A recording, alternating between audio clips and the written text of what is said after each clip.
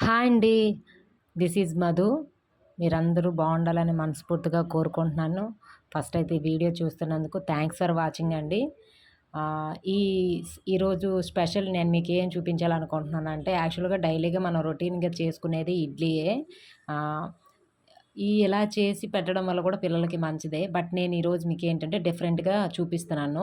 Ending వరకు చూడండి first. ఇది ఎలా ఉంటుందనేది మీకే తెలుస్తుంది రిజల్టు. సో, ఇది నేనైతే ఇడ్లీ రుబ్బండి. నైట్ నేను చక్కగా అన్నీ మిక్సీ పట్టుకొని ఉంచుకున్నాను. మార్నింగ్ లేవగానే బీట్రూట్‌ను, క్యారెట్‌ని శుభ్రంగా కడుక్కొని తురుముని రెడీ చేసి పెట్టుకున్నాను. కొంచెం సాల్ట్ వేసుకున్నానండి. ఎందుకు ఇది అంటే మనకి బీట్రూట్ అండ్ క్యారెట్ అనేది మనం డైలీగా తినే ఫుడ్‌లోని మనం కవర్ చేయలేకపోతున్నాము. సో, అవన్నా కూడా పెద్దవాళ్ళు కూడా ఇష్టంగా అంత తినరండి. ఒకవేళ మీరు తిన్నట్టు డైలీ ఫుడ్‌లో మీరు కీర, క్యారెట్, బీట్రూట్ తింటున్నారంటే ఖచ్చితంగా కామెంట్ చేయండి. మీ కామెంట్స్ ఏంటంటే ప్రతి ఒక్కరికి ఇన్‌స్పైర్ అవుతదనమాట. వాళ్ళు తింటున్నారు, దాని యూజ్ ఏంటని తెలుసుకున్నారంటే ఖచ్చితంగా తింటారు.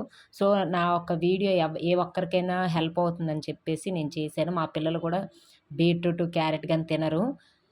బట్ నేనిలా చేసేటప్పుడు మాత్రం వాళ్ళు చాలా ఇష్టంగా తింటున్నారు. ఎందుకంటే వాళ్ళకి అది అనిపించదు కదా! వాళ్ళకి పచ్చి పచ్చిగా ఏమి అనిపించదు. ఇగో చూసారు కదా! తురుము ఎంత బావుంటదండి. కలర్‌ఫుల్‌గా ఇడ్లీ గూడా చాలా బావుంటది. ఇది హెల్త్‌కి గూడా మంచిది. యాక్చువల్లీ ఏమంటే వైట్ ఇడ్లీలో మనకేమీ అందులో పోషక పదార్థాలు ఏమి ఉండదండి. బట్ మీరు చేసే ఈ చిన్న ప్రయత్నం మాత్రం పిల్లలకి చాలా చాలా బెటర్ అనిపిస్తుంది. ట్రై చేయండి ఒకసారి. ఒకవేళ మీరు ఇంతకుముందు చేసినట్టయితే గనక ఖచ్చితంగా కామెంట్ చేయండి. అయితే నేనైతే ఇలాగ బీట్రూట్, క్యారెట్‌ని తురుముని ఇలా పెట్టేసుకున్నాను. ఇలా చేయడం వల్ల ఏంటంటే పిల్లలకి బ్లడ్ మోతాదు అంటే పెరగడానికి కూడా హెల్ప్ అవుతుంది. సో, ఇది వీక్‌లోని కనీసం 1 ఆర్ 2 టైమ్స్ అయినా ఇలా చేయండి. మనం డైలీగా అంటే చేయలేము. వాళ్ళు గూడా ఇష్టంగా తినరు. బట్ మనం ఇడ్లీ వీక్‌లో 2 టైమ్స్ అయితే నేను ఇడ్లీ ఖచ్చితంగా చేస్తాను. సో, మీరు గూడా ఇలా ట్రై చేయండి. ఖచ్చితంగా చేయండి. ఇది కలర్‌ఫుల్‌గా చాలా టేస్టీగా మీరు పిల్లలకి నెయ్యేసి పెట్టినట్టయితే నెయ్యితో ఇలాంటి ఇడ్లీలు తిన్నారంటే మీ పిల్లలు విడిచిపెట్టరు. లేదు ఈవినింగ్ టైము పిల్లలకి టిఫిను, స్నాక్స్‌లాగా అనిపిస్తదన్నా గూడా పర్వాలేదండి. అలా గూడా పెట్టొచ్చు. యాక్చువల్‌గా ఏంటంటే మనం పునుగులు చేస్తాం కదా! అవి ఆవిరి కుడుముల్లా ఉంటాయనమాట. అది మనకు ఆన్‌లైన్‌లోని ఆర్డర్ పెట్టుకుంటే దొరుకుతది. ఐరన్‌కి సంబంధించిందనమాట అది.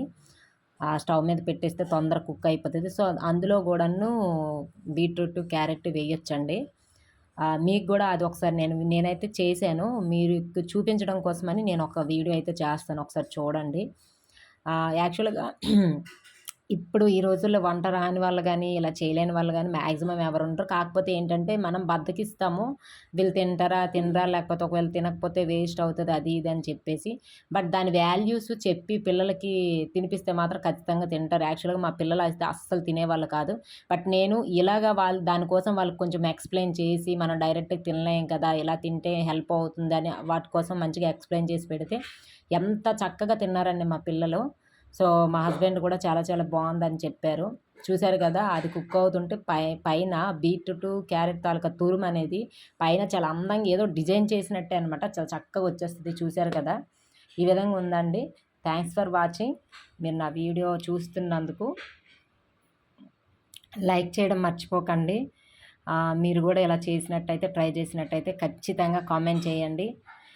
నా ఛానల్‌కి ఒక 1300 ప్లస్ అవుతున్న ఫ్యామిలీ అందరికీ థ్యాంక్ యూ సో మచ్ అండి.